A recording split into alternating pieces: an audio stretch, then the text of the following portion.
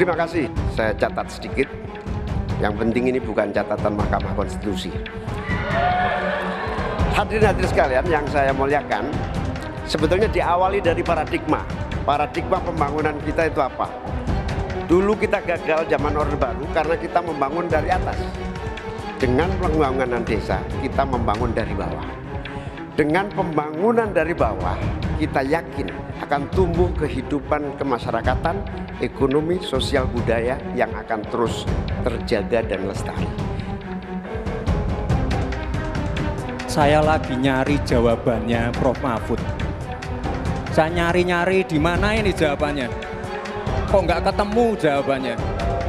Saya tanya masalah inflasi hijau kok malah menjelaskan ekonomi hijau. Prof. Mahfud, yang namanya greenflation atau inflasi hijau itu ya kita kasih contoh yang simpel aja. Demo rompi kuning di Perancis. Bahaya sekali. Sudah memakan korban. Ya, ini harus kita antisipasi, jangan sampai terjadi di Indonesia. Kita belajar dari negara maju. Saya juga ingin mencari itu jawabannya ngawur juga itu. Gila ini. Ngarang-ngarang ndak karuan mengkaitkan dengan sesuatu yang tidak ada, gitu ya. Gini loh, kalau akademis itu gampangnya kalau bertanya yang kayak gitu-gitu tuh recehan, gitu. Recehan. Oleh sebab itu tidak layak dijawab menurut saya. Dan oleh sebab itu saya kembalikan saja ke moderator. Ini tidak layak dijawab pertanyaan kayak gini.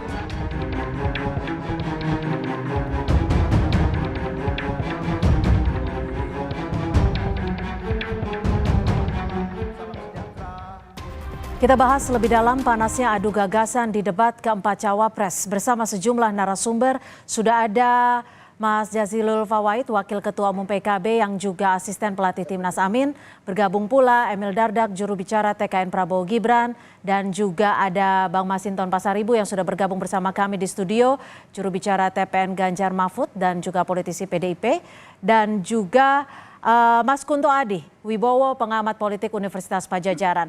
Saya akan langsung bertanya untuk masing-masing tim ses nih. Kalau boleh dilihat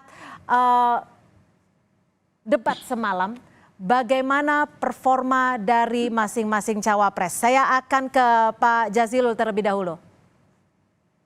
Ya, alhamdulillah Gus Muhaimin performanya sangat bagus dan menunjukkan bahwa beliau cukup syarat untuk menjadi pimpinan nasional. Jadi visinya jelas, juga solusinya jelas, narasinya jelas. Nah, mudah-mudahan publik bisa memberi penilaian yang baik. Namun kami lihat dari drone emprit itu memang ada apresiasi positif kepada Gus Muhaimin. Ini menurut saya penting. Karena apa? Karena debat ini menurut Pak Mahfud bukan debat recehan. Debat ini debat calon pemimpin nasional yang akan memimpin 270 juta penduduk Indonesia. Jadi tema yang semalam ini sungguh disampaikan Pak Muhaimin dengan sangat komprehensif dan menunjukkan kelasnya. Kira-kira begitu. Baik, saya akan ke Mas Emil. Bagaimana performa cawapres Anda di debat semalam?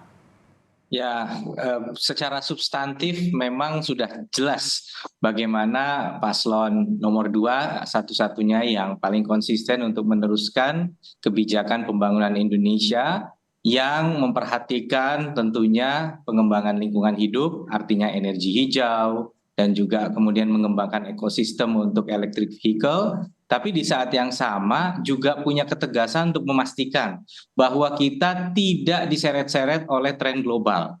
Bahwa kita berani untuk memiliki pondasi dan posisi yang firm dalam membela kepentingan 270 juta lebih rakyat Indonesia. Jadi poin-poin ini tersampaikan dengan sangat jelas, menunjukkan kompetensi yang sangat mumpuni, dan sekali lagi arah kebijakan yang bisa dilihat jelas sekali, clear, compare and contrast sudah jelas antara setiap paslon. Hanya paslon nomor 2 yang berkomitmen untuk meneruskan ini. Baik, saya ke Bang Masinton. Bagaimana Pak Mahfud semalam? Wah, Pak Mahfud keren, top. Beliau punya sikap dan beliau tidak mau menjawab pertanyaan receh karena ini forum orang-orang yang terhormat, ya. Dan kalau saya udah melihat ya apa yang disampaikan Pak Mahfud itu udah masih sangat moderat tuh. Kalau saya melihat itu sampah, gitu loh, pertanyaan sampah, Samsul Pongah namanya. Jadi ya ini kenapa? Ini puncak gunung esnya adalah pelanggaran etika di MK itu. Sehingga kemudian yang seharusnya di situ adalah diisi oleh orang-orang yang terhormat, orang-orang pilihan. Karena tidak semua anak bangsa ini bisa berkesempatan dalam kandidasi capres maupun cawapres. Maka itu adalah forum terhormat, ya, bukan atraksi-atraksi sampah begitu, ya. Dan itu adu uji gagasan yang visioner dan itu adalah di mana pemimpin adalah mengambil forum-forum kebijakan, ya, mengambil keputusan kebijakan sehingga disitulah diuji gagasan, bukan hal-hal teknis yang saya katakan tadi sampah tadi. Nah, jadi kita melihat bahwa ketika di hulunya ini ada terjadi pelanggaran etik, maka watak asli si pelanggar etik itu kelihatan. Kita menampakkan tidak beretika, menampakkan tidak ada adab, dan itu jadi kalau dikatakan itu sebagai ini anak muda, bukan. Ini penampilan anak yang tidak beretika, sebelum kita mengkritisi anak yang sampai ke tidak dalam, layak untuk menjadi pemimpin Indonesia ke depan. Sebelum kita kritisi sampai ke dalam, kita lihat perspektif dari Mas Kunto Adi. Bagaimana menurut Anda? Karena ini masing-masing tim sesnya menilai bahwa performanya sangat baik. Menurut Anda sendiri seperti apa? Ya pasti Mbak, kalau saya jadi tim sesnya masing-masing cawapres pasti akan bilang bahwa cawapres saya berpenampilan baik dan luar biasa. Namun kalau mau dinilai secara objektif dan saya menggunakan data media sosial dan di situ tampak bahwa walaupun perbincangan Mas Gibran itu sangat besar gitu kan, perbincangannya sangat besar, paling besar malah, tapi dominasi sentimen negatifnya juga besar gitu kan, dibandingkan dengan perbincangan tentang Pak Muhaimin dan Pak Mahfud yang walaupun secara volume kecil tapi lebih banyak sentimen positifnya. Nah, dari sini kan kita bisa lihat bahwa penerimaan warga atau calon pemilih ini dari debat cawapres semalam itu tampaknya lebih negatif ke Mas Gibran gitu. Walaupun gitu kan, ini masih perlu dites lagi. Apalagi kan semalam adalah debat cawapres ya Mbak ya. Banyak orang yang memilih bukan karena cawapresnya, pasti lebih karena capresnya. Namun pasti yang cawapres ini juga jadi pertimbangan, apalagi yang dinilai adalah semacam kepribadian, kepantasan. Apakah orang-orang yang ada di debat semalam itu memang pantas untuk kemudian menjadi wakil presiden, salah satu jabatan tertinggi di Indonesia gitu. Baik, sebelum kita masuk lebih dalam, karena paslon 1 dan 3 ini kan selain mengunggulkan calonnya juga menyentuh calon nomor 2. Baik, ditahan dulu karena kita akan mengkritisi lebih dalam dan kita akan simak kembali seperti apa cuplikan-cuplikan dari para cawapres yang berdebat semalam. Ini cawapres nomor urut 2 Gibran Rakabuming Raka sempat bertanya soal LFP kepada cawapres nomor urut 1 Muhaimin Iskandar. Menjawab pertanyaan Gibran, Muhaimin justru singgung soal etika. Kita simak. Paslon nomor 1 dan tim suksesnya sering menggaungkan LFP, lithium ferrofosfat. Saya nggak tahu ini pasangan nomor 1 ini anti nikel atau gimana? Mohon dijelaskan.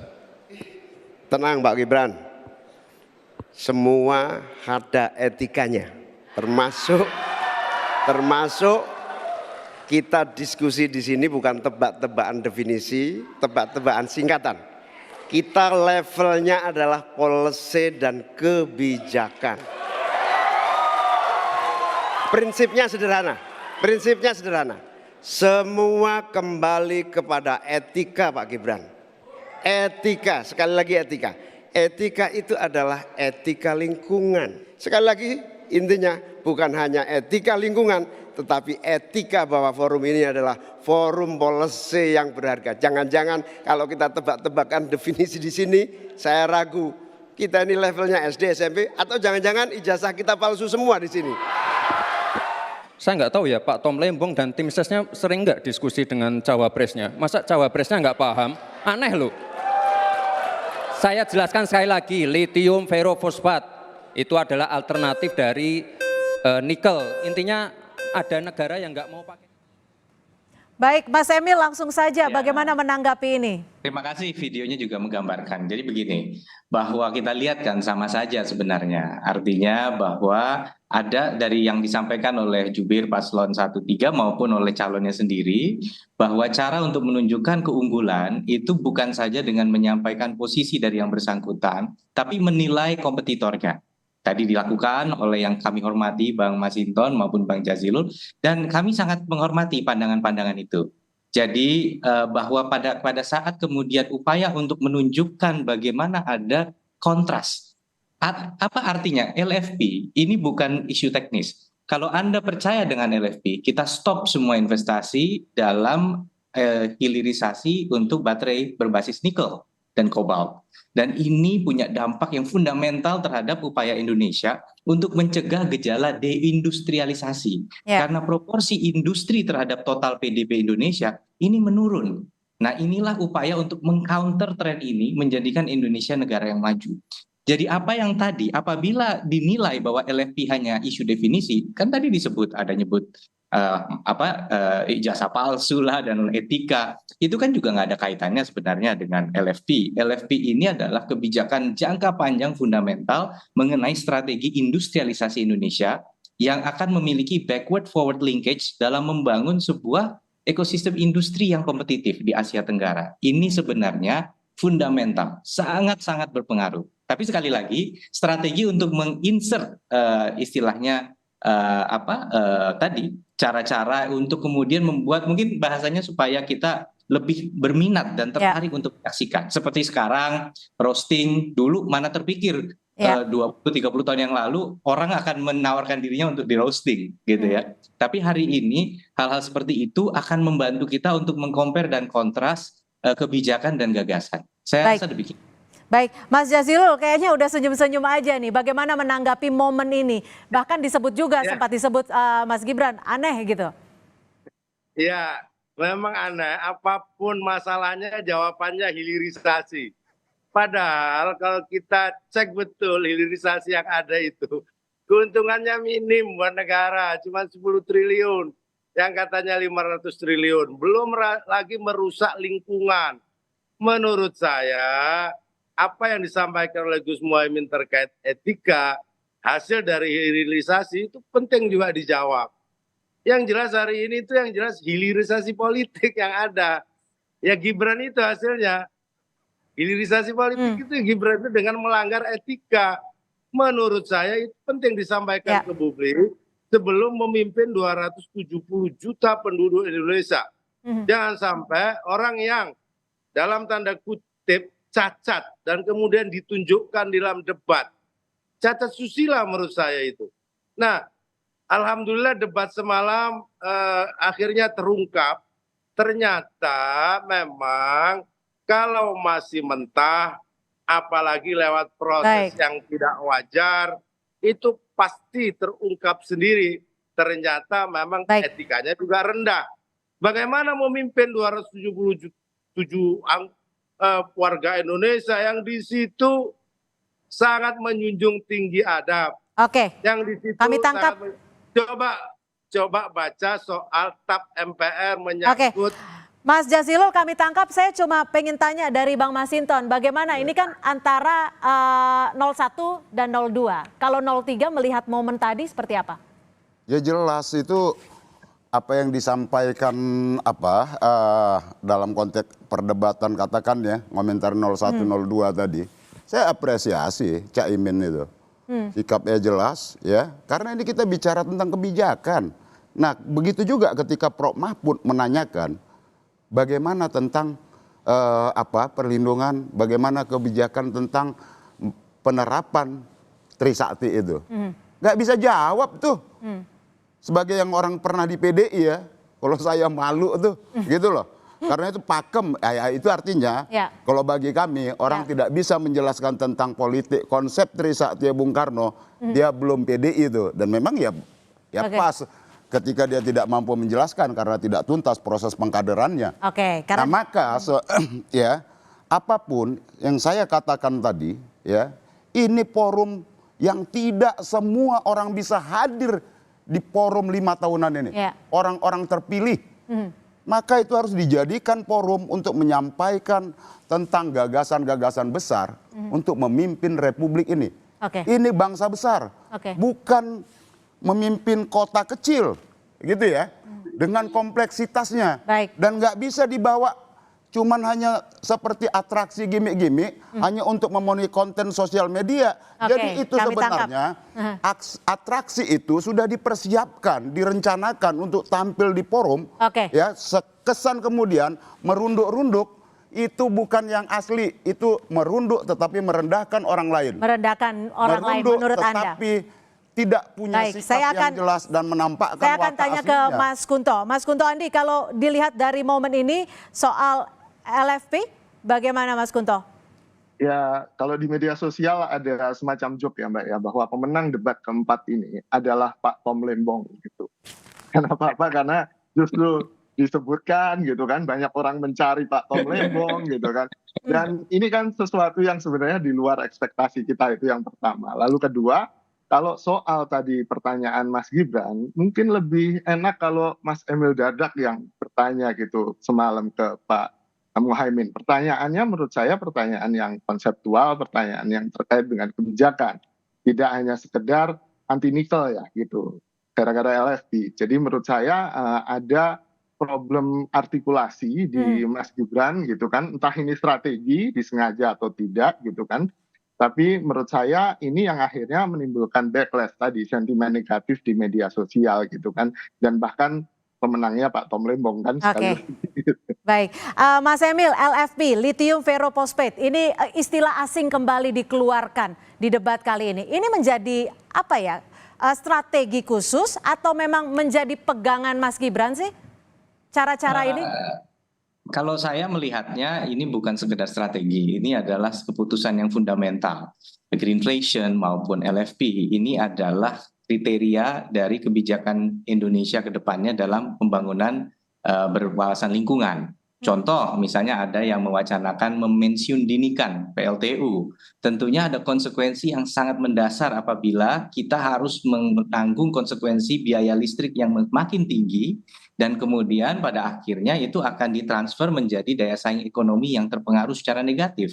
Sedangkan kita masih dalam upaya untuk mengatasi kemiskinan, mengatasi pengangguran, mendorong pemerataan ekonomi. Tapi bukan berarti kemudian kita akan sangat abai terhadap faktor lingkungan. Nah, disinilah ada konfigurasi ekonomi hijau yang bisa kita tanggung. Affordability-nya kira-kira bagi Indonesia digabung dengan keunggulan komparatif. Kalau kita bicara ternyata bertransisi dari bahan bakar minyak fosil menjadi B30, B35, B40 itu juga memperkuat industri sawit dalam negeri dan di saat yang sama menjadi lebih hijau misalnya. Jadi bagian dari strategi ya, apa istilah-istilah asing ini ya? Jangan terlalu terpaku dengan terminologi sebenarnya, karena kan kita sudah tahu buktinya kan memang ada ruang untuk menjelaskan. Oke. Dan masih ada waktu untuk menjawab setelah dijelaskan, kira-kira demikian. Baik, kita masih akan membahas debat panas Muhaimin Gibran Mahfud saling serang. Tetap bersama kami, Kompas Petang segera kembali. Terima kasih Anda masih di Kompas Petang. Saudara, Cawapres nomor urut 3 Mahfud MD menyebut pertanyaan Cawapres nomor urut 2 Gibran Raka Buming Raka tak layak untuk dijawab. Hal ini disampaikan Mahfud saat Gibran menanyakan padanya tentang cara mengatasi greenflation atau inflasi hijau. Kita simak cuplikannya. Bagaimana cara mengatasi greenflation? Tidak saya jelaskan karena kan beliau kan seorang profesor. Sesuai dengan Oke, aturan. greenflation adalah inflasi hijau. Produksi apapun diproduksi, kemudian dimanfaatkan, di recycle.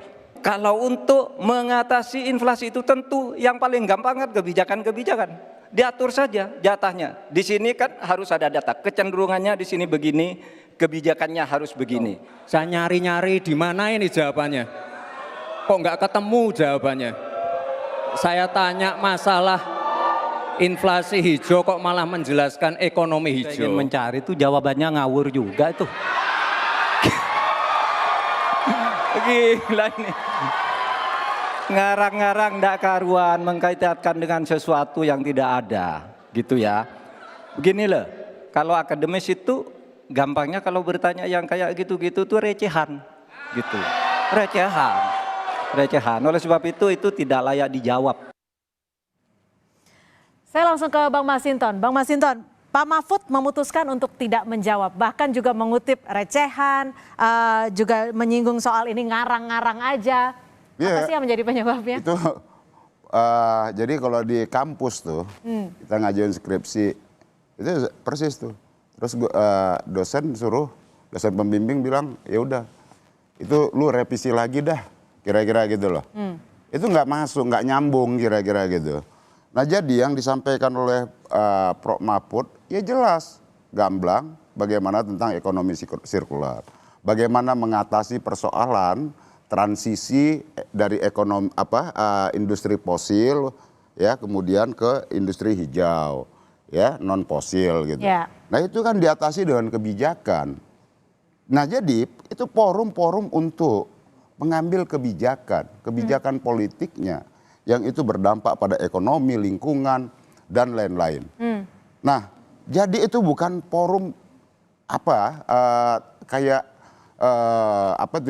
tebak-tebakan, Tapi kalau kemudian forum yang sifatnya teknis, ya presiden dan wakil presiden itu di level pengambilan keputusan tertinggi, pelaksana teknisnya dia punya aparatur sangat banyak untuk melaksanakan itu.